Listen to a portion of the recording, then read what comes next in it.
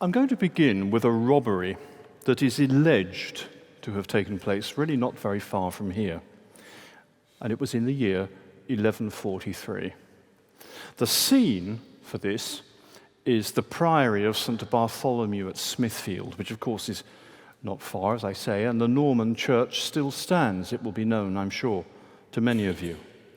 Now, at the time that concerns me in this story, Smithfield is an ill-favoured place of executions and abattoirs, as it was long to remain. Now, the thieves on this occasion broke into the church, but they were not so very rapacious, not so very thieving. They took no plate, no chalices, that is, no vestments. All they wanted was a book. The only thing they stole was an antiphona, a volume of plain song and an essential work of reference, of course, for the singers, whose task it was to perform the service, hour after hour, day after day, week after week, month after month, year after year, in aeternum, until God decided it was enough. Well, as the house chronicle of the priory records, the book was very necessary for them that should sing in the church. Once the loss was reported, the prior and the canons searched for it, of course, without success. But that same night, the patron of the house, St. Bartholomew, visited the prior in his chamber and gave him all the information he needed to recover it. He said that the prior should saddle up his horse early next morning and go into the city of London, then make his way to the Jewish quarter, marked today, of course, by the street of Old Jewry. He was then to loose the reins and let the horse wander. But the horse, of course, would be guided by St. Bartholomew himself. And the prior followed these commands, and in the morning he did find the book, the stolen book, in the house of a Jewish merchant. Well, such at least is the story. And here's another. It's told by Geoffrey Chaucer, who's often thought of today as a genial author, a very companionable, ambling sort of poet, and in many ways he is. And yet this is a Canterbury tale I tell with some reluctance. A Christian child of tender years is learning to sing an antiphon in honor of the Virgin Mary. He rehearses it to himself as he passes through a Jewish quarter on the way home. The Jews are infuriated by this eruption of Christian plainsong into their district, especially since it's a Marian chant in honor of the Virgin Mary, and is therefore an offensive celebration of the Israelite God taking human flesh. They capture the child as he passes and cut his throat, only to find that he continues to sing, revealing his whereabouts to the Christians with predictable consequences. The chant he sings is Alma Redemptoris Mater. Well, those two stories are told in different ways, though they're alike in that they both charge the Jews with crimes they certainly did not commit. And there's something else they share. They evoke a Latin Christendom, where the chant of singers rises in a constant reverberation of sound that continues when the markets are closed and when the city gates are shut after the curfew. In both stories, the consensus of monasteries, churches, working to that end is so closely identified with the proper social order that it's a crime, a theft, or a murder to silence the voices, and even then, they break out again. The book is found. The child, the corpse, sings. What's more, there's nothing in the identity of the criminals to stir fresh fears, only to confirm old hatreds. The culprits of the Jews, contained for the most part by their designated quarter of the city, the Old Jewry, the London Jewish ghetto of the Middle Ages, and by legislation that curtails their freedom. The disturbing possibility of disharmony within the Christian community itself doesn't arise, or so it seems. Well, you won't be surprised to hear that there was a great deal of variation in the chanting of Western Europe, in the melodies in the manner of performing them, in the saints that were venerated, apart, of course, from a very large international core of saints like the Virgin Mary, eventually Thomas Becket, and so on. There were also pockets of determined individual tradition, Milan, Toledo, just to name two. So it's not my purpose to suggest that medieval singers, much as I admire them, as must be clear by now, that they achieved the impossible and created a homogeneous body of chant for the Latin West. I'm not going to say that. They were often too particularist in their ambitions, too keen to escape the attentions of an authority of a local bishop, for example, to suggest that they would be so completely conforming. And yet, what I do want to say is that the idea of a universal plain song repertoire increasingly shaped the way in which Latin Christians after 1200 envisaged the larger world in which they lived, despite the large number of minor and not so minor discrepancies between the usages of different churches or the fractures, sometimes painful, caused by individual histories at Milan, Toledo, and elsewhere. So it's not the measure of demonstrable unity achieved that matters here, though there was a high measure of it, but rather the willingness to believe that Christians are worshipping in essentially the same way and chanting essentially the same melodies in a place increasingly called the Latin world, Latinitas. You knew you were in Christian territory, you might say, where singers in monasteries, friaries, and other churches knew the antiphon in Chaucer's story, Alma Redemptoris Mater.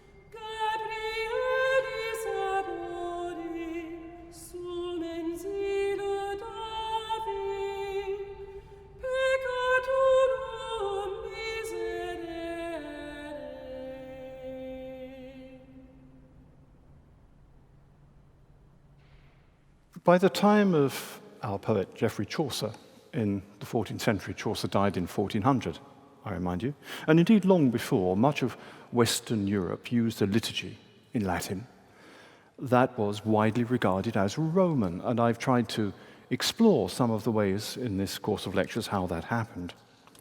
You might say, and I think many contemporaries would have said, that to spread that liturgy was to accept Christ's charge to his apostles that they should go out into the whole world. The task of lords, missionaries, and indeed of all pious Christians, if they had the means, was to expand the bounds of the faith. And that could mean founding a hospital or a monastery in a place where there were none before, or perhaps a military adventure that might require conquest, colonization, and indeed the shedding of blood.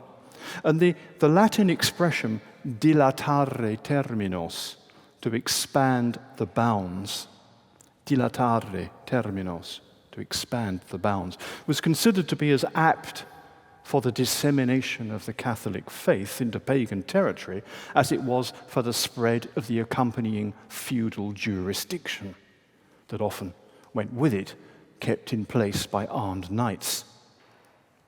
But I think the underlying metaphors of thought, and don't you think it's often very revealing, the metaphors that a certain civilization chooses to express some of its most germane and passionate concerns, the underlying metaphors of thought were not really so much martial as really agricultural.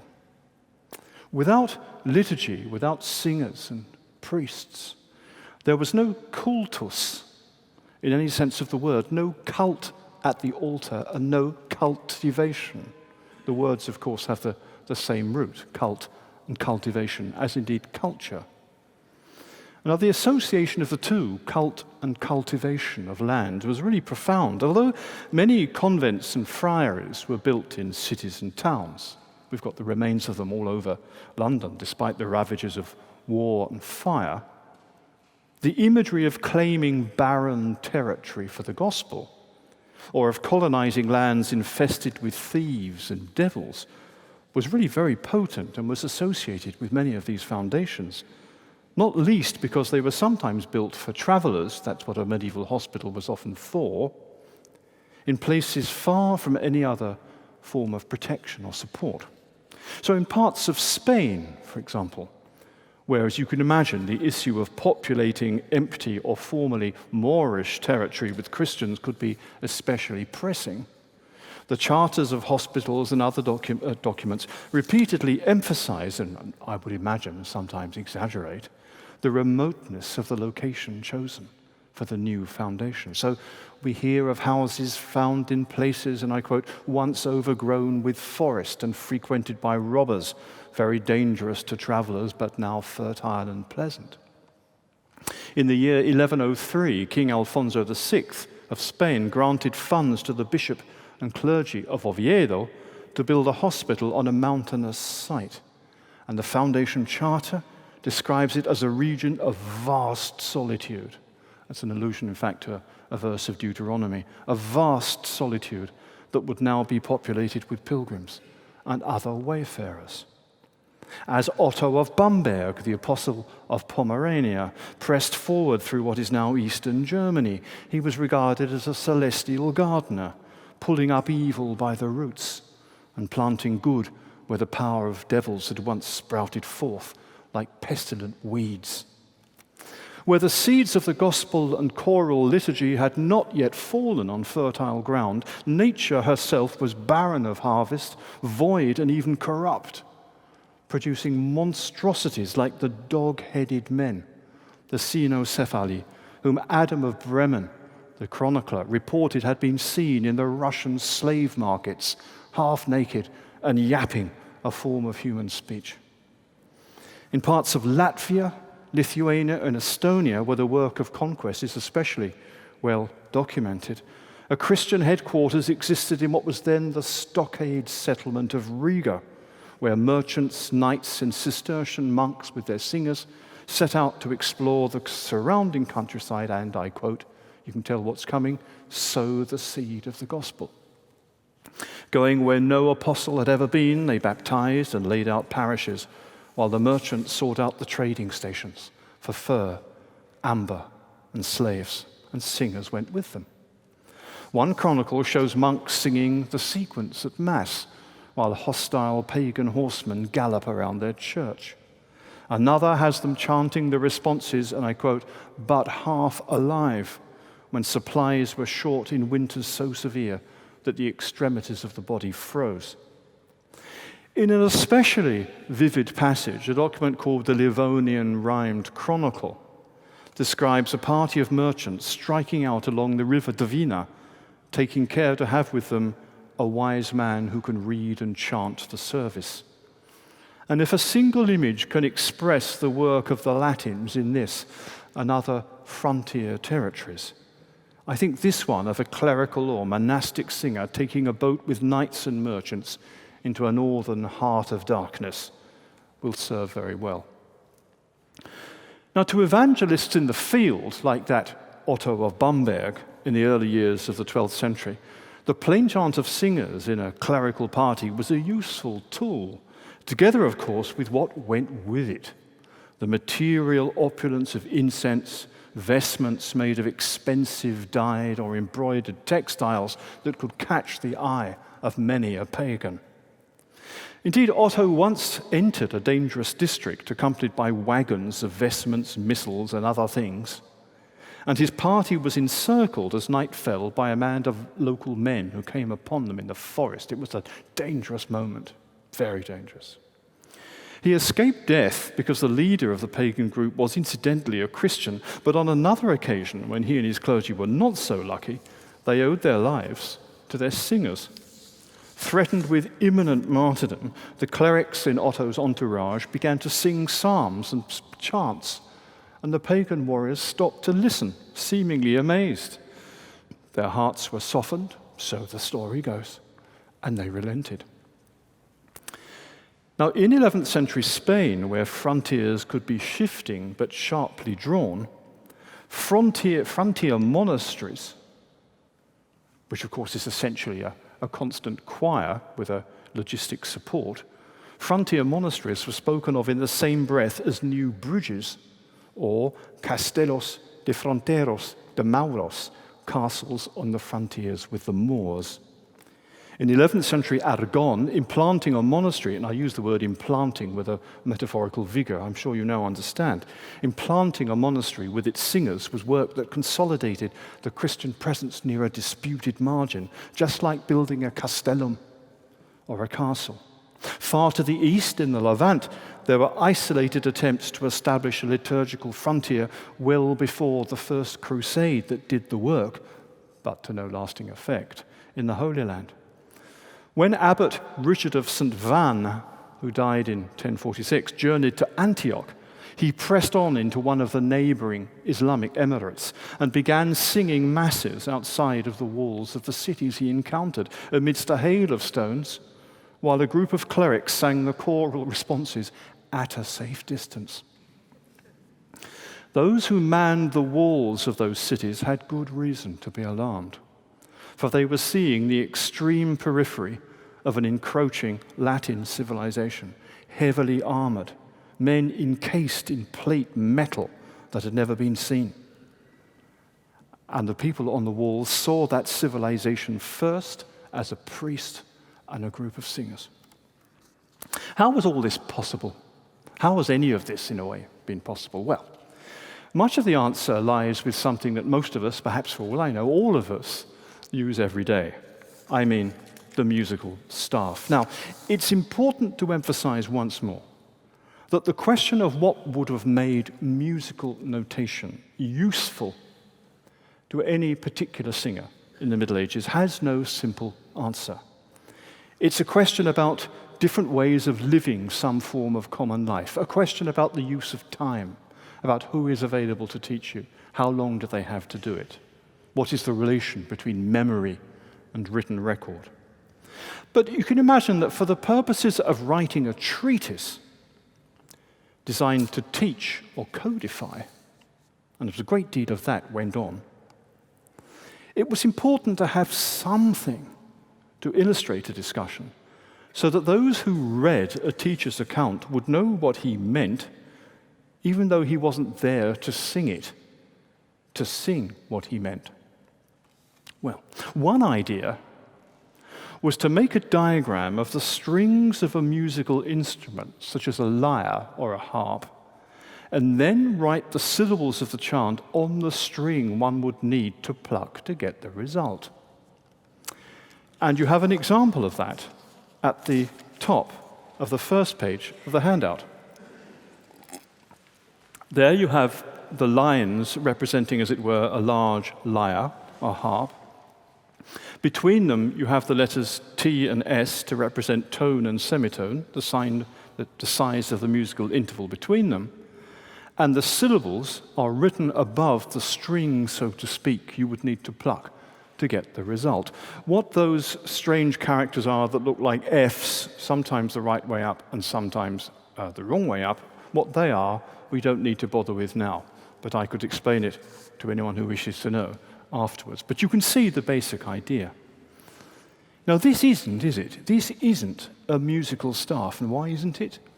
For one really very simple reason, which is that the spaces don't mean anything. The spaces are just air between the strings where you write the syllables. The spaces have no meaning. Well, it so happens, strange though it may seem, that we know a very good deal about the man who claims, in effect, to have invented the spaces, and probably did so. in the decades immediately after the year 1000. He had an immensely high opinion of himself, though he thought singers, I'm afraid to tell Catherine, he thought singers to be the most foolish of individuals, for their greatest labours were likely to produce the smallest results. They were condemned to pass many years trying to learn the chants by heart and not succeeding. Now, this man's name was Guido of Arezzo. He was now, I suppose, what we'd call an Italian. He's often spoken of today as a monk, but near contemporaries called him a hermit. And I think that's possibly closer to the mark. Now, I don't mean that he lived in a hut on the edge of a forest. He actually lived in the monastery of Pomposa in Italy, and at one time he served the bishop of Arezzo, hence his name.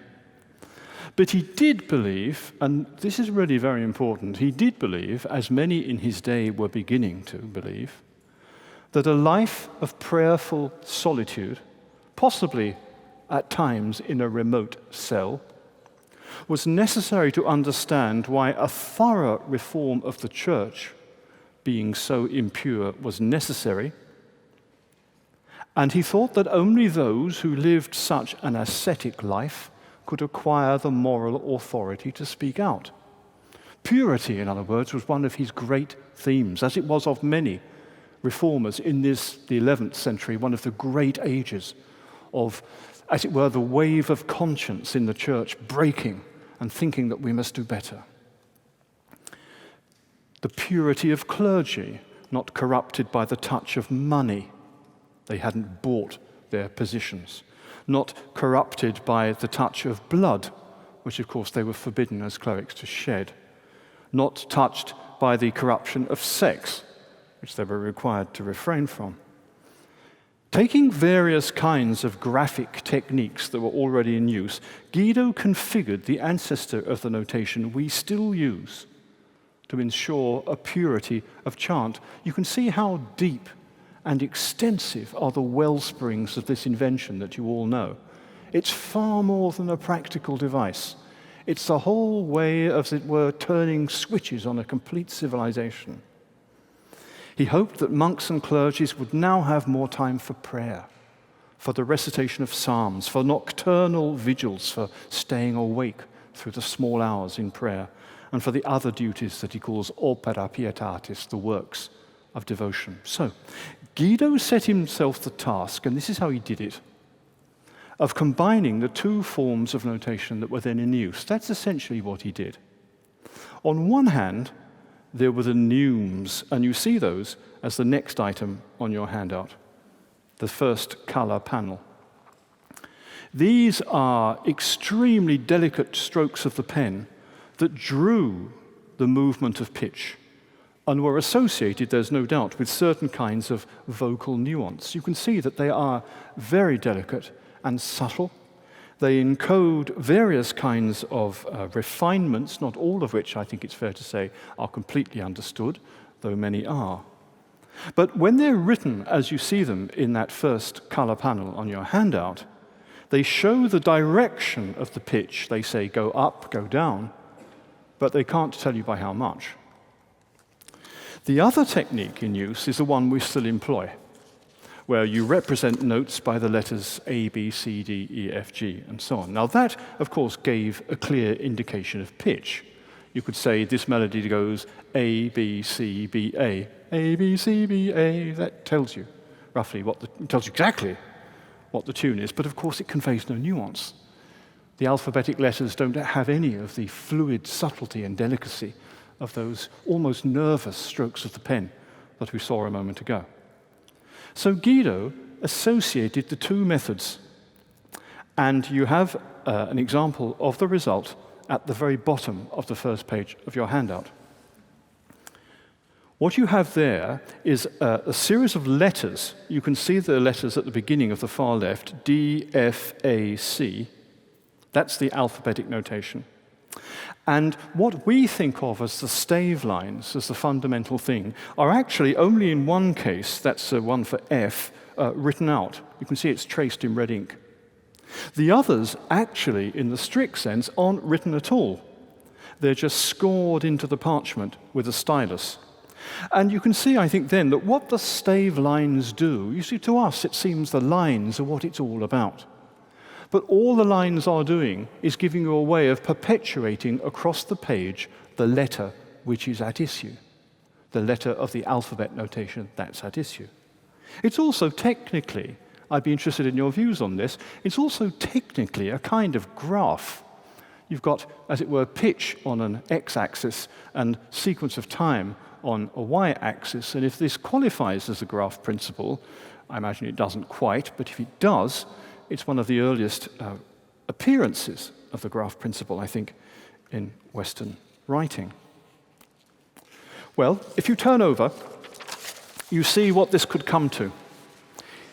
What you have at the top of your page is a scrap of notation from a manuscript which shows works by the first female composer of the Western tradition, who I've featured in these talks before and make no apology for featuring again, Hildegard of Bingen.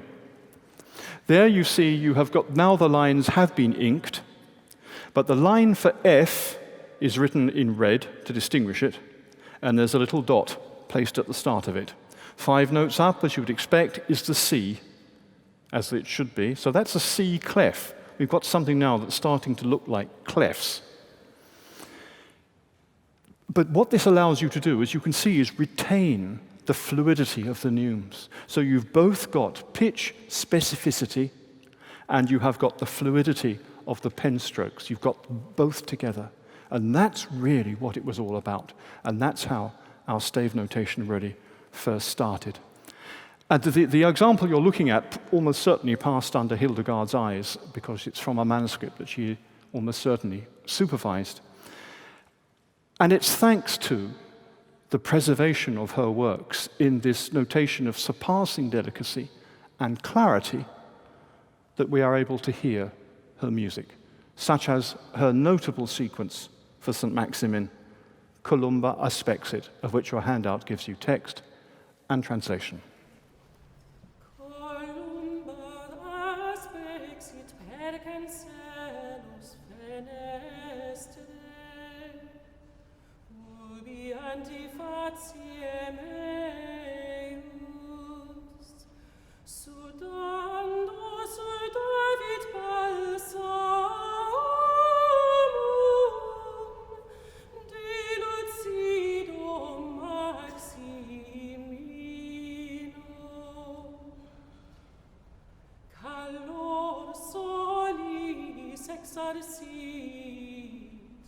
Et in tenebras resplenduit,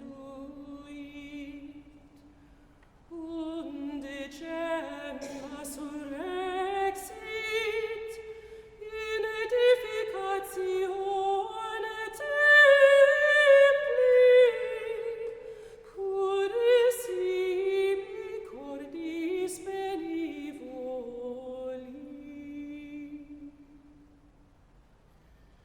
Isti turis ex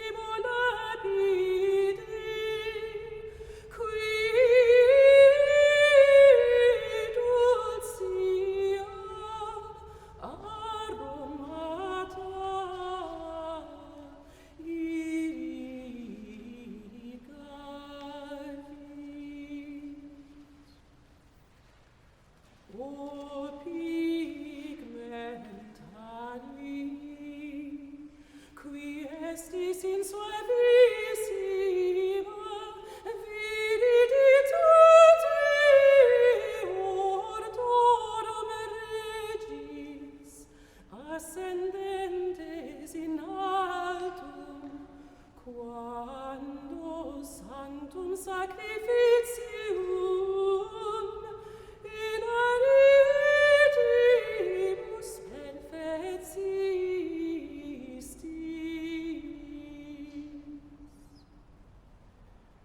Inter vos fulget hic artifex, alies templi, qui desideravit allas aquili, osculando nutricem sapientiam in gloriosa fecunditate ecclesiae.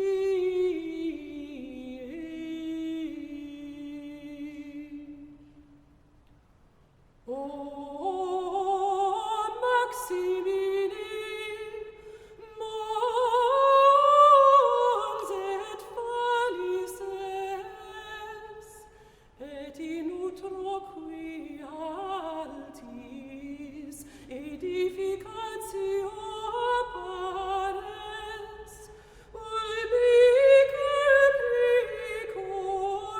capricornus cum elefante exhibit,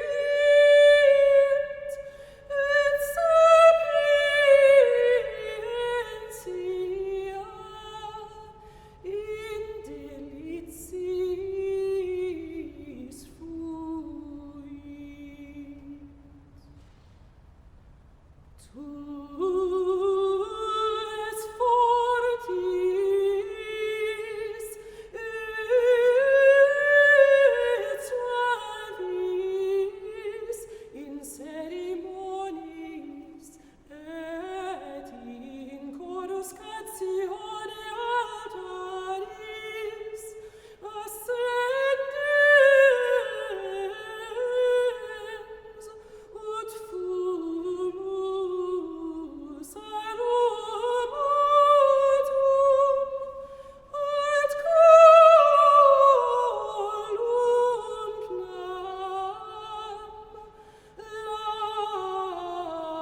laudis.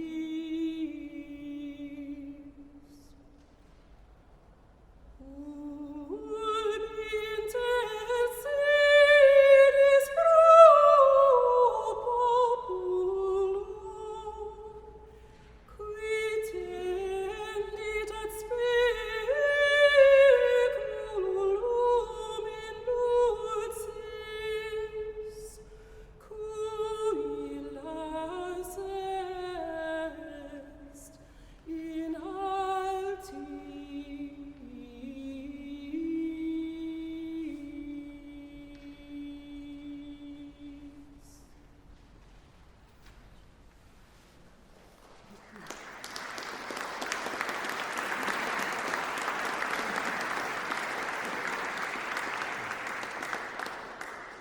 Hildegard, of course, was never officially canonized, though there is a canonization dossier which includes the eyewitness testimony of a woman who saw Hildegard walking round her cloister, singing to herself one of her known chants, O Virga ac diadema.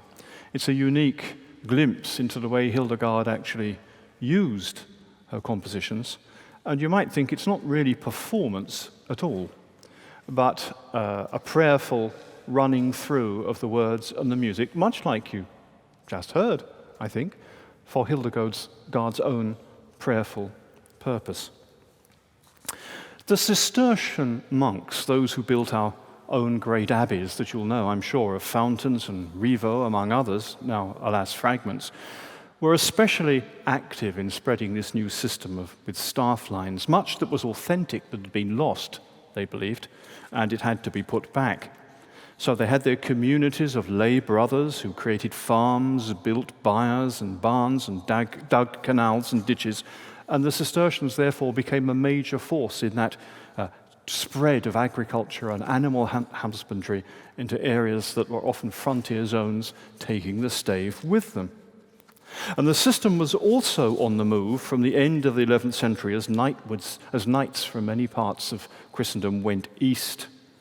The Council of Clermont, convened by Urban II in 1095 to conduct business, included the proclamation of what I think in the period would have been called an armed and penitential pilgrimage to Jerusalem at the behest of St. Peter, or what we now call the First Crusade. This was responsible, as you can imagine, for the creation of Latin bishoprics and for the slow process of staffing churches in the conquered territories with singers that followed the unexpected success of that crusade in 1099. By the early 1100s, priests who celebrated Mass in the Church of the Holy Sepulchre in Jerusalem were using books with delicate forms of French staff notation, copied in the Latin kingdom, but using models shipped out from the West. And we heard a chant from one of those manuscripts in the second lecture of this series. Would it have been possible to do all this if the whole process of learning the chant had not been so speeded up by the advent of the stave? I think not. And plainsong, in another way, had achieved an extraordinary status in Europe. After all, monks, nuns, clergy now shared a means to record of events that could be understood wherever the account was read, not just in terms of time measured by the hourglass or the water clock, but also in the light of eternity. Let me give you my favorite example. In the year 1202, Abbot William of Eskil in Zeeland died on the eve of Easter Saturday. And one of his disciples traced his last hours through the liturgical services in which the saint barely had the strength to engage. On Maundy Thursday, William tried to perform the ceremony of washing the brothers' feet, the mandatum ceremony in imitation of Christ, but was too weak. Led to his chamber, he eventually asked for his bed to be carried into the choir so he could take part in Easter services.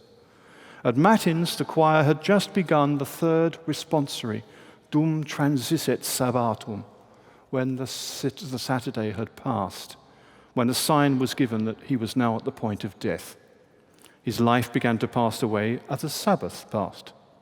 Dawn broke, and after singing the responsory Ut venientes ungerent Jesum, describing the anointing of Christ's body, the prior and some of the brothers anointed William with holy oil. He was then dressed in penitential clothes and laid, as was normal in monastic communities for someone at the point of death, on a bed of cinders. He died soon afterwards, rising to a new life on the day of the resurrection, as the choir tearfully but triumphantly sang the appointed chant to end the service before the beginning of the service of Lauds, Te Deum laudamus, we praise you, O Lord. Now, William passed his life in one of the most remote abbeys of Latin Christendom, but by the time of his death, there were hundreds, in fact, there were thousands of churches and monasteries where that account would have been understood in its fullest and most moving depth, because the books in those houses prescribed essentially the same sequence of chants for the same services. The compiler, whom I've been paraphrasing, perceives the meaning of what happened, or what he claims had happened, and the facts of what happened in terms of the reading and chants.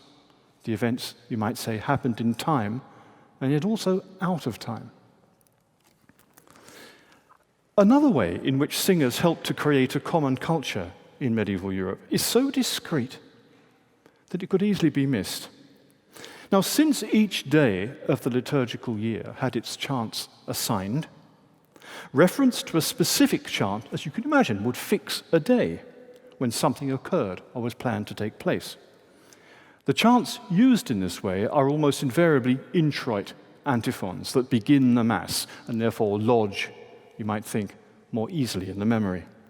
One of the earliest examples shows St. Anselm, referring to his consecration as Archbishop of Canterbury in the year 1093, I quote, "On the Sunday when Populus Sion is sung." After 1100, it really becomes increasingly common for chroniclers and others to place an event, I quote, "on the Sunday of Laetare Jerusalem," sung on the fourth Sunday in Lent, or in relation to other introits such as Oculi Mei, third Sunday in Lent, Dum Pontificatus, Pentecost Sunday, and so on. Indeed, in 1131, the introit which you're going to hear to close this lecture, Laetare Jerusalem, identifies an appointed day in a letter of Pope Innocent II, showing that this is now being used to, as it were, settle a day throughout the Latin Church. The Pope could send out a message and say, meet me on the day where we sing that. And everybody knew what day that was. The repertoire of liturgical singers had joined the movement of heavenly bodies as a cycle that defined the passage of time. Long afterwards, when even much more organized attempts to hold Jerusalem for the Latins had failed, the Franciscan friar Galvano de Levanto lamented, I quote, "There is only the abominable melody of Saracens in the Holy Land where there should be the worship of Jesus Christ and chant." The silencing of Latin Christian music is the most vivid means he can find to express the loss of the Christian East, and of course it was lost. With the fall of Acre in 1291, the last major Christian bastion in Outremer, with that loss, the muezzin and the minaret silenced the cantor and the bell tower. In that same year, another Italian friar traveled through much of what is now Iraq and found a looted missal, a chant book, on sale in Al-Mawsil, north of Baghdad, almost certainly looted from the churches of Acre. The attempt to extend the chant of Latin singers had failed in Palestine and Syria, and now its dismembered materials were adrift in the bazaars of the Orient. So there were many failures, not all of them regrettable. The musical stave was a Latin Christian invention and was confined for many centuries to the Occidental lands where Latin was the exclusive language of liturgical singing.